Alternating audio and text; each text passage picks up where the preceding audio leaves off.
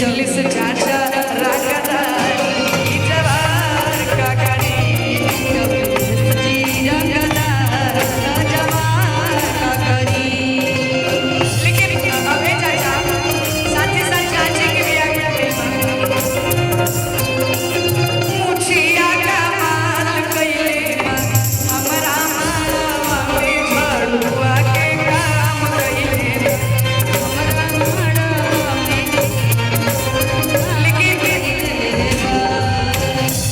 जैसन सोचले रहनी ई चाची खाती काहे कि चाची हम सबके बीच में बाड़ी तनी आसनी आ गया जैसन सोचले रहनी ओइसन चाची मोर बाड़ी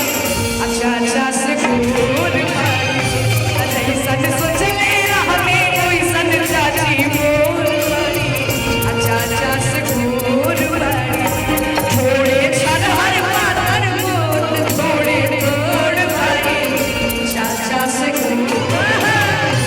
जैसन सोचले रहनी ओइसन चाची मोर बाड़ी चाचा से गोर बाड़ी अरे बड़ा नीक लागेला पलक जी के बोलिया जबिया से आइल बाड़े रउर घरे डोलिया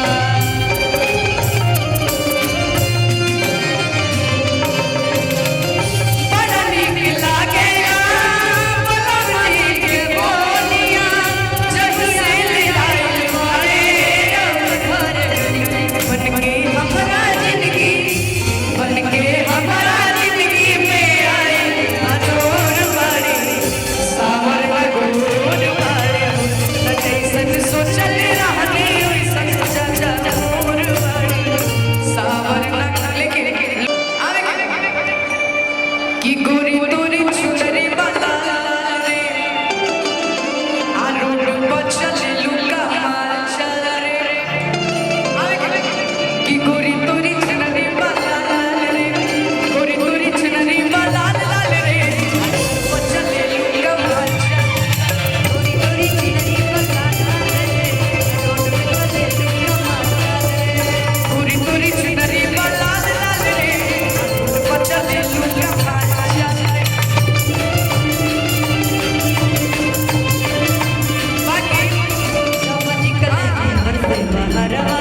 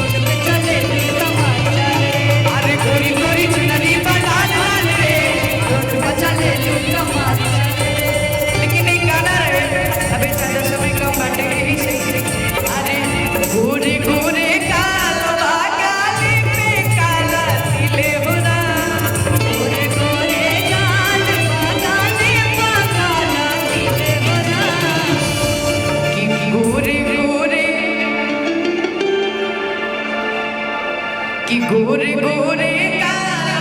गाली पे काला दिले होरा रौरा जैसन सुनर लईकी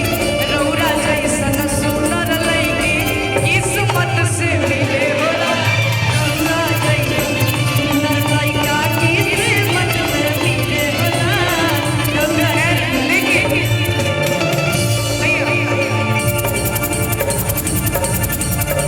कुछ करा के